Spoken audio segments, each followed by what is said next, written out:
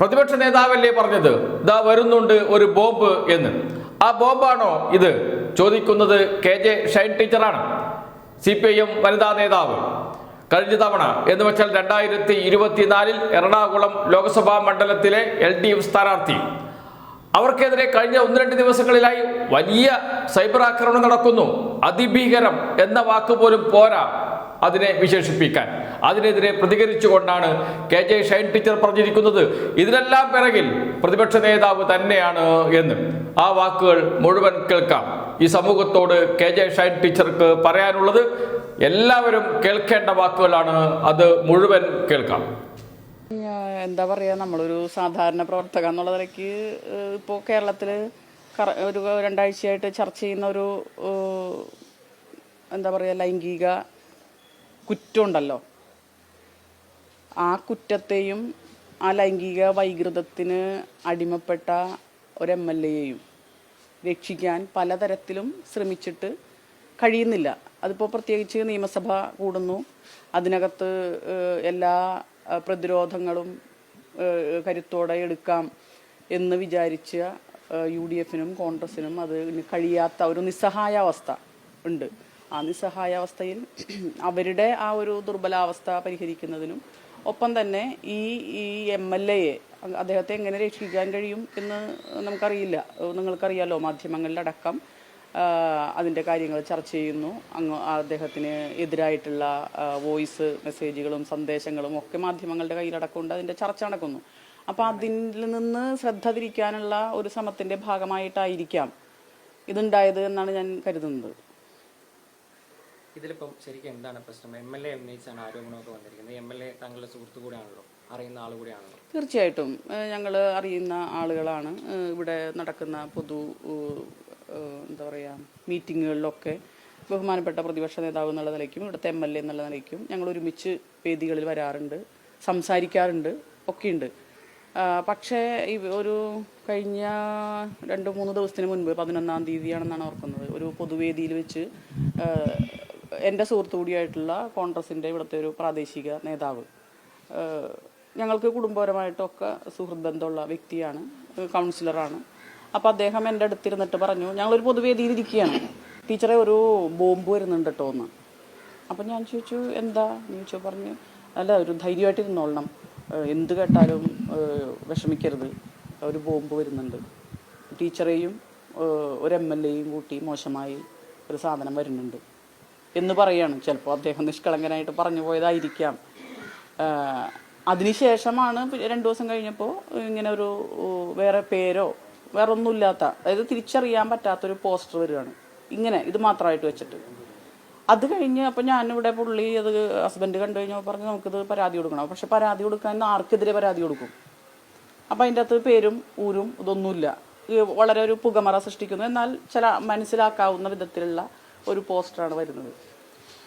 അപ്പം നമ്മളത് മൈൻഡ് ചെയ്തില്ല.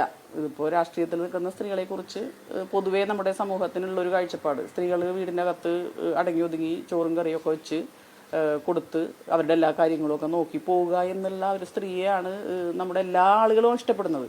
പക്ഷേ അവർക്ക് ഒരു പൊതു ജീവിതവും സാമൂഹ്യ ജീവിതവും അന്തസ്സും അഭിമാനത്തോടു കൂടിയും ജീവിക്കാനുള്ള ഒരു അവകാശമുണ്ട് എന്ന് ധരിക്കുന്ന ആധുനിക സമൂഹത്തിലുള്ള പുരുഷന്മാർ ഒട്ടേറെ ഉണ്ട്, പ്രവർത്തകരുണ്ട് ഉണ്ട്. പക്ഷേ അതിന് ഈ ഒരു മനോഭാവം ഉണ്ടല്ലോ സമൂഹത്തിൻ്റെ, അതായത് സ്ത്രീകൾ പുറത്തേക്ക് പോകേണ്ടതില്ല, അവരെ അടങ്ങി ഒതുങ്ങി അനുസരിച്ച് ഒക്കെ ജീവിക്കണം എന്ന് ധാരണ വെച്ച് പുലർത്തുന്ന ആ മനോനിലയുള്ള കുറേ പേരുണ്ട്. അപ്പോൾ അവർക്ക് കൂടി ആ ഏജൻസ് ഉണ്ട്, സോഷ്യൽ ഏജൻസ് ഉണ്ടല്ലോ. ഇതൊക്കെ നമ്മൾ വെറുതെ സ്വായത്തമാക്കുന്നതല്ല, ചെറുപ്പകാലം മുതൽ നമ്മളെ പഠിപ്പിക്കുന്നതാണ് ഈ മൂല്യബോധം, സ്ത്രീവിരുദ്ധമായ മൂല്യബോധം. ആ ബോധവും ഒപ്പം തന്നെ സ്ത്രീകളെക്കുറിച്ച് ഇങ്ങനെ ഈ ലൈംഗിക അപവാദമൊക്കെ പറഞ്ഞാൽ രസകരമാണ്, അത് കേട്ട് രസിക്കാം, കണ്ട് രസിക്കാം, അതും ഒരു എന്താ പറയുക ഒരു ആത്മരതി എന്നൊക്കെ പറയൂലേ, അങ്ങനെയുള്ള ആളുകളും ഉണ്ട്, കുറേ പേരുണ്ട്.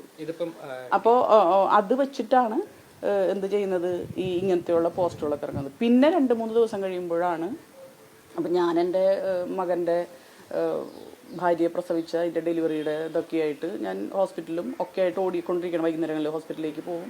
അപ്പോൾ അതിനിടയ്ക്ക് ഇതൊന്നും ശ്രദ്ധിക്കാനില്ല. പിന്നെ ഇങ്ങനത്തെ സാധനങ്ങൾ സ്ഥിരം വരണുണ്ടല്ലോ. ഇങ്ങനെ മനോവൈകൃതമുള്ള കുറേ ആളുകൾ സോഷ്യൽ മീഡിയയിലുണ്ട്, രാഷ്ട്രീയത്തിലുണ്ട്, എല്ലാ രംഗത്തുണ്ട്. ഈവൻ മാധ്യമപ്രവർത്തന രംഗത്ത് പോലും ഉണ്ടാവാം. അതൊക്കെ നിങ്ങൾ കൈകാര്യം ചെയ്യുന്നുണ്ടാവാം. അവരൊക്കെ കറക്റ്റ് ചെയ്ത് നിങ്ങളും പോകുന്നുണ്ടാവാം. പക്ഷെ അത്രയ്ക്കേ നമ്മൾ കരുതിയുള്ളൂ.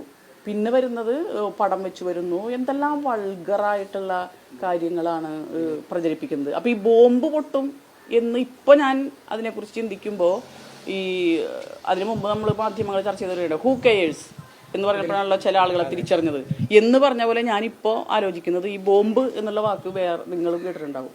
ബോംബ് പൊട്ടും. തീർച്ചയായിട്ടും വലതുപക്ഷ മാധ്യമങ്ങളിൽ നിന്ന് തന്നെയാണ്, വലതുപക്ഷ രാഷ്ട്രീയത്തിൽ നിന്ന് തന്നെയാണ്. പരാതി കൊടുത്തു, അന്വേഷണം ആരംഭിച്ചു. ഇന്നലെ എന്നെ SP ഓഫീസിൽ നിന്ന് വിളിച്ചിട്ടുണ്ടായിരുന്നു. എന്നിൽ നിന്ന് എടുക്കേണ്ട കാര്യങ്ങളൊക്കെ എനിക്ക് കൊടുക്കേണ്ട തെളിവുകളും കാര്യങ്ങളും ഒക്കെ കൊടുത്തിട്ടുണ്ട്. ബഹുമാനപ്പെട്ട മുഖ്യമന്ത്രിക്ക് പരാതി ഇന്നലെ തന്നെ അയച്ചിട്ടുണ്ട്, DGPക്ക് അയച്ചിട്ടുണ്ട്, വനിതാ കമ്മീഷൻ അയച്ചിട്ടുണ്ട്. അപ്പോൾ എന്തായാലും വെറുതെ ഇരിക്കില്ല. അതിൻ്റെ ഒരു കാരണം എന്ന് വെച്ചാൽ ഈ സ്ത്രീകൾ ഒട്ടേറെ രാഷ്ട്രീയ രംഗത്തേക്കും പൊതു സാമൂഹ്യ രംഗത്തേക്കും പ്രവർത്തകരായി വരണം. മാധ്യമ പ്രവർത്തനത്തിനും വരണം. ഇതേപോലെ ക്യാമറകളൊക്കെ പിടിച്ച് നാളെ സ്ത്രീകളും വരണം. അപ്പോൾ അവരൊക്കെ വരണമെങ്കിൽ എന്തെങ്കിലുമൊക്കെ കേൾക്കുമ്പോൾ തിരിച്ചു വീട്ടിലേക്ക് ഓടിക്കയറുന്നവരല്ല സ്ത്രീകൾ എന്ന് ഞാനൊക്കെ ഇപ്പോൾ ഒരു എന്താ പറയുക, ഒരു മിഡിൽ ഏജും അതിൻ്റെ അപ്പുറമൊക്കെ കഴിഞ്ഞ ഒരാളാണ് ഇല്ലേ. അപ്പം ഇനി വരാൻ പോകുന്ന തലമുറ ഇതിനേക്കാൾ സ്ട്രോങ് ആണ്. ഞങ്ങൾ അവരെ പഠിപ്പിക്കേണ്ട കാര്യമില്ല. പക്ഷെ എന്നാലും അവർക്കൊരു മോശം തോന്നരുത്. കണ്ടോ, ഇത്രയും നാൾ രാഷ്ട്രീയ രംഗത്ത് നിന്നിട്ട് അവരെന്താ തിരിച്ചോടിയത്, അല്ലെങ്കിൽ അവരെന്താ പ്രതികരിച്ചില്ല, അവരെന്തോ പരാതി കൊടുത്തില്ല എന്ന് ഞങ്ങളെക്കാൾ സ്ട്രോങ് ആയിട്ടുള്ള ന്യൂജൻസ് അല്ലെങ്കിൽ ജെൻസി അവർ കരുതില്ല, അവരത് മൈൻഡ് പോലും ചെയ്യില്ല. എങ്കിലും ഞാൻ എൻ്റെ ഡ്യൂട്ടി ചെയ്യുന്നു. ഇതിലിപ്പോൾ ഒരു വാർത്തയാണ് ആദ്യം വന്നത് എന്ന് പറഞ്ഞിട്ടാണ് കോൺഗ്രസ് ഹാൻഡിൽ, പ്രത്യേകിച്ച് കോൺഗ്രസ് നേതാക്കൾ ഇന്നലെ DCC പ്രസിഡന്റ് അടക്കം പറഞ്ഞത് കോൺഗ്രസിന്റെ ഭാഗത്ത് നിന്ന് ഇങ്ങനെ ഒരു ആരോപണമില്ല. അപ്പോൾ ആ വാർത്താ മാധ്യമത്തിനെതിരെ എന്തെങ്കിലും പരാതി കൊടുക്കുമോ, ആ വാർത്ത ശ്രദ്ധയിൽപ്പെട്ടിട്ടുണ്ട്? അതൊക്കെ കൊടുത്തിട്ടുണ്ട്. ഇപ്പോൾ ഏതെല്ലാം ലിങ്കുകളിൽ നിന്നാണ്, ഫേസ്ബുക്ക് പേജുകളിൽ നിന്നാണ്, ലിങ്കുകളിൽ നിന്നാണ് ഇത് വന്നിട്ടുള്ളത്. യൂട്യൂബ് ഒരു മാന്യൻ, എനിക്ക് തോന്നുന്നു അദ്ദേഹത്തിന് ഒരു 60-65 വയസ്സൊക്കെ ഉണ്ടാവുമെന്ന് തോന്നുന്നു. ഇത്രയും കാലം മനുഷ്യരൂപത്തിൽ ജീവിച്ചിട്ട് ഏതെങ്കിലും ഒരു മൂല്യം ഇല്ലേ, മനോവൈകൃതം ബാധിച്ച ഒരു കാലഘട്ടമുണ്ട് ഇല്ലേ, ഈ ലൈംഗികമായി എന്താ പറയുക അതിനെക്കുറിച്ച് അറിയാത്ത ആ ഒരു പ്രായമുണ്ട്, എന്താ പറയുക ചോരത്തിളപ്പ് എന്നൊക്കെ പറയൂലേ, ആ പ്രായമുണ്ട്. ആ പ്രായത്തിലുള്ള ആരും പോലും നേർവഴിക്ക് നയിക്കാനില്ലാത്ത യൂത്ത് പോലും പറയാത്ത കാര്യങ്ങൾ യൂട്യൂബ് ചാനലിലൂടെ നിങ്ങൾ ചോദിക്കണം അദ്ദേഹത്തോട്. അദ്ദേഹം ഏതാണ്ട് എൻ്റെ വീടിൻ്റെ മുറ്റത്ത് ഇങ്ങനെ ഇരിക്കുകയാണ്. അപ്പോഴാണ് ഇവിടെ ഇത് നടക്കുന്നത്. ഇവിടെ നടക്കുകയാണ്, ചവിട്ടിപ്പൊളിക്കുകയാണ്. എന്താണ് അദ്ദേഹം സഹായിക്കാൻ വരാതിരുന്നതെന്ന് അറിയില്ല. നിങ്ങൾ ചോദിക്കണം, ഇത്രയും ഒരു ചവിട്ടിപ്പൊളിക്കാൻ താങ്കൾക്കൊന്നും സഹായിക്കാമായിരുന്നില്ലേ എന്ന് ചോദിക്കാം. ഡോറ് ചവിട്ടിപ്പൊളിച്ചു. അതിനോടനുബന്ധിച്ചിട്ടുള്ള എന്തെല്ലാം മ്ലേച്ഛത്തരങ്ങളാണ് മാധ്യമങ്ങളിൽ. അത് അവര് നിങ്ങളത് പരിശോധിച്ചാൽ മതി. അതുകൊണ്ട് ഇപ്പൊ നിങ്ങൾ ചോദിച്ചല്ലോ വലതുപക്ഷ കോൺഗ്രസിൽ നിന്നാണോ വന്നത്, തർക്കമില്ല. കാരണം അവരാണ് ഇപ്പോൾ ഈ വെളിച്ചത്ത് പിടിക്കപ്പെട്ടിട്ടുള്ളത്. സർവത്ര തെളിവുകളോടും കൂടി പിടിക്കപ്പെട്ടിട്ടുള്ളത് അവരാണ്. അവരെല്ലാവരും അടച്ചാക്ഷേപിക്കണമെന്നില്ല കേട്ടോ. നല്ല മനുഷ്യരെല്ലായിടത്തും ഉണ്ടല്ലോ. ഇന്നലെ ഡോക്ടർ KT ജലീൽ നിയമസഭയിൽ കഴിഞ്ഞ ദിവസം പറഞ്ഞതുപോലെ നല്ലതും ചീത്തയും പുഴുക്കുത്തുകളും എല്ലായിടത്തുണ്ട്. പക്ഷെ അത് കറക്റ്റ് ചെയ്യാൻ ശ്രമിക്കുക എന്നുള്ളതാണ്. എല്ലാ മനുഷ്യരും എല്ലാം തികഞ്ഞവരൊന്നുമല്ല, എല്ലാ വ്യക്തികളും ഞാൻ ഉൾപ്പെടെ. അത് കറക്റ്റ് ചെയ്യാൻ ശ്രമിക്കുക എന്നുള്ളതിൻ്റെ ഒരു ഇതുണ്ടല്ലോ, അത് നടക്കുന്നില്ല എന്നുള്ളതാണ്. മറിച്ച് ഈ എല്ലാ പുഴുക്കുത്തുകളെയും എല്ലാ ജീർണതകളെയും എല്ലാ ദുർഗന്ധത്തെയും പുതപ്പിട്ട് മൂടി വെക്കുകയാണ്. ഇതിപ്പം MLAക്ക് അടി കിട്ടി വാതിൽ ചവിട്ടി പൊളിച്ചു എന്നൊക്കെയാണ് പറയുന്നത്. അത്തരത്തിലുള്ള ആരോപണങ്ങളായിട്ട്, അത്തരത്തിലുള്ള സംഭവങ്ങളായിട്ടാണ് ഇതിങ്ങനെ പുറത്തേക്ക് വരുന്നത്. അപ്പൊ അത്രയും നീചമായ ആരോപണങ്ങൾ തന്നെയാണ് ഉന്നയിച്ചിരിക്കുന്നത്. അതെ, അതിപ്പോ ചോദിക്കാനില്ലല്ലോ. അതിനിപ്പോ വേറെ കാര്യമായിട്ട് അതിനെ കുറിച്ച് എന്താ പറയാ.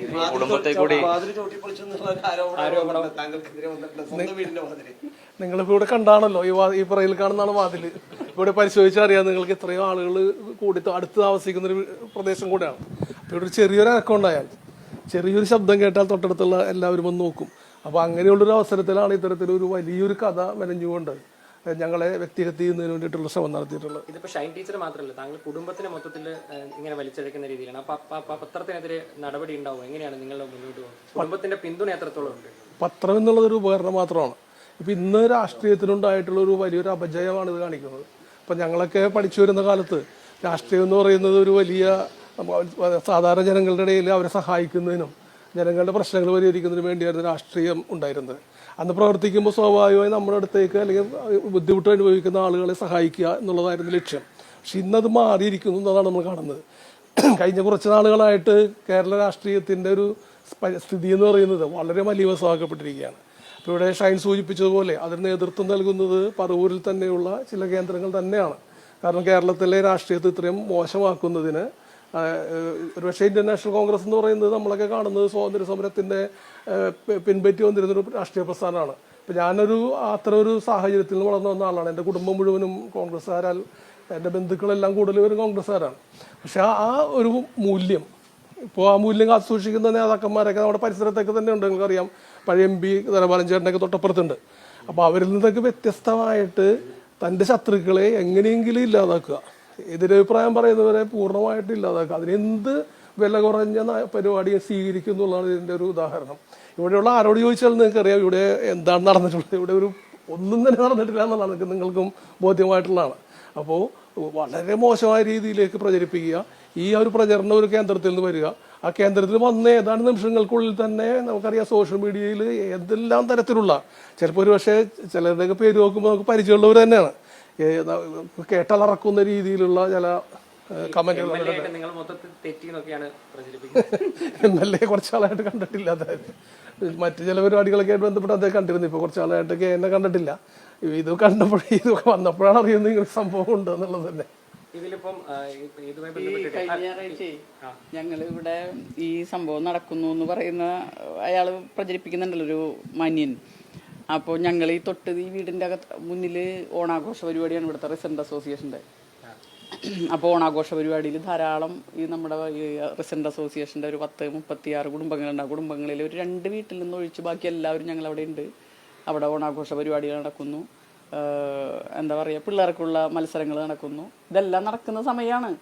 അത് കഴിഞ്ഞിട്ട് എനിക്ക് ഞങ്ങളുടെ സംഘടനയുടെ താലൂക്ക് കൺവെൻഷൻ, അതൊക്കെ എൻ്റെ FB പേജിലുണ്ട്, നടക്കുന്നു. അത് ഉദ്ഘാടനം ചെയ്യാൻ പോകുന്നു, വീണ്ടും തിരിച്ചിവിടെ വരുന്നു. അതിനുശേഷം ഞാൻ ഹോസ്പിറ്റലിലേക്ക് പോകുന്നു. ഞാൻ ഇതൊന്നും ആരെയും വ്യാഖ്യാനിക്കാനോ തെളിവെടുപ്പും ഒന്നുമല്ല. പക്ഷേ ഇങ്ങനെ ഒരു എന്താ പറയുക, വെറുതെ നുണങ്ങട് പടച്ചു വിടുകയാണ് ഇല്ലേ. അപ്പം അതിൽ ഇപ്പം ചില സോഷ്യൽ മീഡിയയിലൊക്കെ നമ്മൾ കാണാറുണ്ട്, അവരുടെ വീട്ടിലെ സ്ത്രീകളെയും കൂടി മോശപ്പെടുത്തണം, അവർക്കെതിരെ എഴുതണം. അങ്ങനെയോ അതൊന്നും ഒരു ശരിയല്ല. ഏത് സ്ത്രീകളായാലും സ്ത്രീകൾ തന്നെയാണ്. അപ്പോൾ അത് കോൺഗ്രസ്സുകാർ സ്ത്രീകളെ ചീത്ത പറഞ്ഞാൽ ഇവിടെ ശരിയാവും, അല്ലെങ്കിൽ BJPക്കാരായ സ്ത്രീകളെ ചീത്ത പറഞ്ഞാൽ ഇവിടെ ശരിയാവും. അതൊന്നുമല്ല. സ്ത്രീകൾക്കെതിരെ, അതിപ്പോൾ ആർക്കെതിരെ വന്നാലും ഒരു സ്ത്രീ എന്നുള്ള നിലയ്ക്ക്, ഒരു പൊതുപ്രവർത്തക എന്ന നിലയ്ക്ക് ഞാൻ പ്രതികരിക്കും. CPM നേതാവിന് അല്ലെങ്കിൽ CPM പ്രവർത്തകർക്കെതിരെ എന്നുള്ളതല്ല, ഒരു സ്ത്രീ രാഷ്ട്രീയ പ്രവർത്തകർക്കെതിരെ എന്നാണ് നിങ്ങളിപ്പോൾ മനസ്സിലാക്കുന്നത്, ഇതിനെ കണക്കാക്കുന്നത് അല്ലേ? അതെ, അതിപ്പോൾ ഇപ്പുറത്ത് നിന്നിട്ട് സ്ത്രീകളെ മോശമായിട്ട് ചിത്രീകരിക്കുക, എന്നിട്ട് അവരെ താറടിച്ച് കാണിക്കുക, അവരെ മോശപ്പെടുത്തുക. അപ്പം അതൊന്നും ഒരു പരിഹാരം അതെല്ലാ കാലത്തും ഉണ്ടായിട്ടുണ്ട് സമൂഹത്തിൽ. ഇങ്ങനെ കുറേ ഈ ഐതിഹ്യങ്ങളിലൊക്കെ ഉള്ള പോലെ ചില മന്ദരമാരും അതുപോലെ തന്നെ ശകുനികളും ഒക്കെ ആയിട്ടുള്ളവർ കഥാപാത്രങ്ങളിലും ബൈബിളിലാണെങ്കിലും എന്താ പറയുക മഹാഭാരതത്തിലാണെങ്കിലും ഐതിഹ്യങ്ങളിലാണെങ്കിലും ഇത്തരം ദുഷ്ടകഥാപാത്രങ്ങൾ എന്നും ഉണ്ടായിട്ടുണ്ട്. ഇന്നിപ്പോൾ ആ കഥാപാത്രങ്ങൾ സോഷ്യൽ മീഡിയ അടക്കം അവരുടെ കയ്യിലുണ്ട് എന്ന് ഉള്ളതാണ്. ടീച്ചർ, ഇതിപ്പോൾ തുടക്കത്തിൽ ടീച്ചർ പറഞ്ഞു ഒരു കോൺഗ്രസിന്റെ പ്രാദേശിക നേതാവ് 2 ദിവസം മുമ്പ് ഒരു ബോംബ് പൊട്ടും എന്ന് പറഞ്ഞായിരുന്നു. ഇത് പ്രാദേശിക തലത്തിൽ പൊട്ടിയ ബോംബാണോ, അതിൽ ഉന്നത നേതൃത്വത്തിന് എന്തെങ്കിലും പങ്കുണ്ടെന്ന് ടീച്ചർക്ക് തോന്നുന്നുണ്ടോ? ഉണ്ടാവുമല്ലോ, പ്രധാനപ്പെട്ട നേതാക്കളെ ഉണ്ടാവും. അതെ, ഉണ്ടാവും. അതിൻ്റെ ഒരു കാരണം ഉണ്ടാവും എന്ന് വിശ്വസിക്കാൻ കാരണം കോൺഗ്രസിൻ്റെ സോഷ്യൽ മീഡിയ കൈകാര്യം ചെയ്യുന്ന, അതും സാംസ്കാരിക പ്രവർത്തകൻ എന്നറിയപ്പെടുന്ന ഒരു വ്യക്തിയുടെ FB പേജിൽ നിന്നാണ്, ഫേസ്ബുക്കിൽ നിന്നാണ് ഇത് വന്നത്. ഈ സാധനം ഈ പെരുമ്പടന്നയിൽ താമസിക്കുന്ന എന്താ പുള്ളിയുടെ ഗോപാലകൃഷ്ണൻ, അത് ഈ കോൺഗ്രസിൻ്റെ ഈ സോഷ്യൽ മീഡിയ കൈകാര്യം ചെയ്യുന്ന ഒരാളാണ്. പിന്നെ അയാൾ സാംസ്കാരിക പ്രവർത്തകനാണെന്ന് അത്രയും അറിയപ്പെടുന്നത്. ഞാൻ ഇദ്ദേഹത്തെ മുനിസിപ്പാലിറ്റി പോകുമ്പോൾ കാണാറുണ്ട്, വളരെ മാന്യമായിട്ട് അങ്ങോട്ടും ഇങ്ങോട്ടും ചിരിക്കാറുണ്ട്, വർത്തമാനം പറയാറൊന്നും അങ്ങനത്തെ ഒരു ഇത് വന്നിട്ടില്ല. ഈ പുള്ളിയുടെ ഈ ഫേസ്ബുക്ക് പേജിൽ നിന്നാണ് നമ്മളത് കാണുന്നത്. അപ്പോൾ ഇദ്ദേഹം ഈ കോൺഗ്രസിൻ്റെ ഈ ഇത്തരം കാര്യങ്ങൾ കൈകാര്യം ചെയ്യുന്ന ആളാണ്. അപ്പോൾ പിന്നെ ഇതിപ്പോൾ ആരാണ് ഇതിന്റെ പിന്നിൽ? ഇത് പ്രതിപക്ഷ നേതാവിൻ്റെയൊക്കെ മണ്ഡലമാണ്. അദ്ദേഹം അറിയാതെ ഇത്തരം കാര്യങ്ങളൊന്നും നടക്കില്ല. അദ്ദേഹം പറയാൻ നടക്കില്ല എന്നുള്ള പൂർണ്ണ വിശ്വാസമുണ്ട്. അല്ലെങ്കിൽ അദ്ദേഹം അത് അവരെ വിളിക്കണമായിരുന്നു. ഇതിങ്ങനെ ഒരു ദിവസം വന്നു കഴിഞ്ഞാൽ അങ്ങനെ അവിചാരിതമായി വന്ന സാധനമാണെങ്കിൽ അപ്പം തന്നെ അതെന്താ ചെയ്തത്, അതെന്താ ശരിയല്ലല്ലോ, അതിൻ്റെ സ്റ്റോപ്പ് ചെയ്യുമായിരുന്നില്ലേ. പക്ഷെ അതിൻ്റെ പിന്നാലെ ഈ സാധനം ക്രിയേറ്റ് ചെയ്ത് വെച്ചിരിക്കുകയായിരുന്നു എന്ന് തന്നെയാണ് ബോധ്യം. അതിനുശേഷം ഓരോന്നോരോന്ന് ചിത്രങ്ങളായി വരുന്നു.